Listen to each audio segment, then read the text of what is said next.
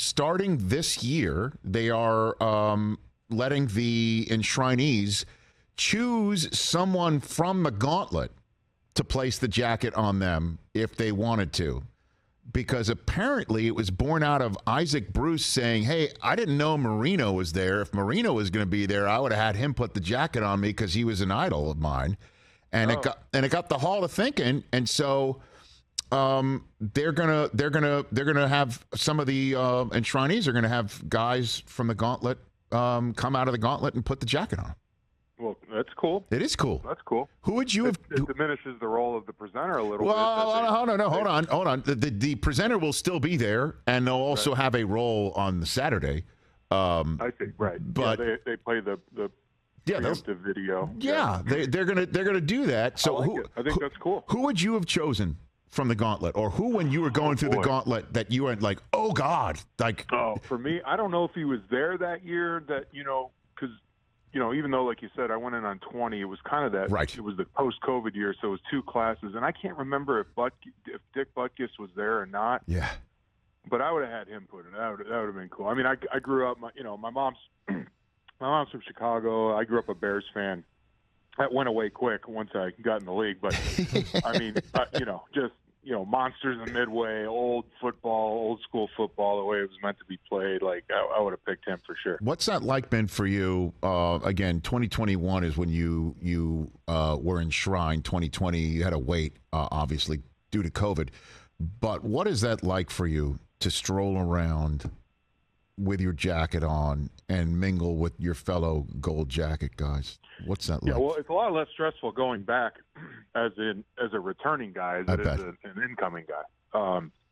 There's, without getting into the whole thing, I mean, it's like planning a huge wedding, right? Yeah, right. For everybody out there married, like it's for everybody else but yourself.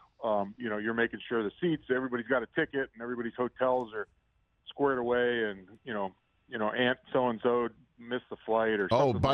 By the way, Steve, I got that sense on the party bus from you and everybody else that this your first year returning, you're like, this is the life. This is the way it goes. I got that sense. First couple buttons, a little bit more casual. Oh yeah. It was.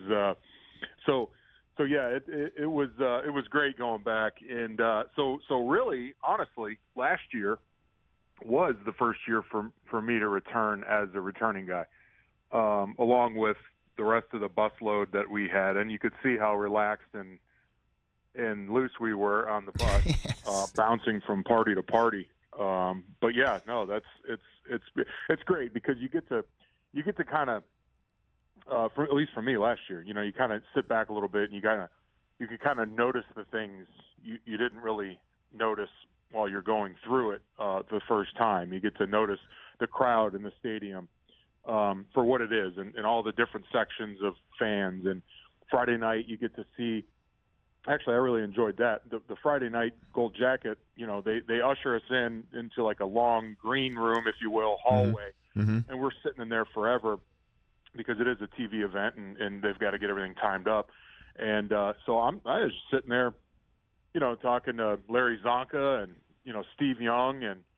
I mean, we're just sitting there on folding chairs, like we're just sitting in some, high school locker room ready for the rain to stop so we can go out there and play. And it was great. Just the stories and the connections you make just from that half hour sitting there kind of killing time. I mean, that's the kind of stuff you never really got a chance to do the year before, as like I said, going in as an enshrining. That is so cool. Honestly, I can't get enough of it, just having been around it now. This is my 20th year with NFL Network, and only a couple summers of Canton I missed. One for the birth of my oldest, and obviously 2020 with COVID. It never ever gets old. It really doesn't. And it's the only Hall of Fame enshrinement where the past is celebrated to celebrate the present and future season. It's awesome. It's great. Yeah, they do a good job of bringing the generations together, and a lot of guys gets to catch up and see each other really a lot of times for the only time during the year. teammates and guys that you played against. And then, of course, you've got the story that I'm sure you've told about Cliff Harris last year getting to, get the thing he regretted for how many decades of his life, the fight on the field where somebody else got kicked out of the game. And he wanted to go apologize. You remember that? Yeah, he said he went up because who got enshrined last year? That the player It was somebody from Kansas City, or it was a Kansas. Oh, it was Vermeil. That's right, Vermeil. We were at Vermeil's party, and there was a bunch of Kansas City guys there. Right. And I think this particular player played for Vermeil. Yep. He was in a Philly. receiver for the Eagles. Yep, in Philly. Right. In Philly.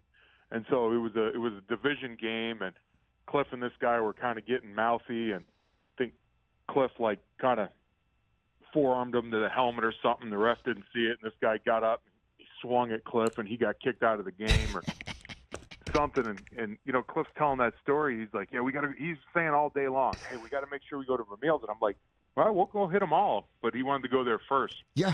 And he made a beeline right for this guy because he heard he was there, and he wanted to apologize from him from something happened in 1970. Yeah, bury a half-century-old hatchet. I mean, that's amazing. Catch the Rich Eisen Show every single day on the Roku channel, 12 to 3 Eastern, for free.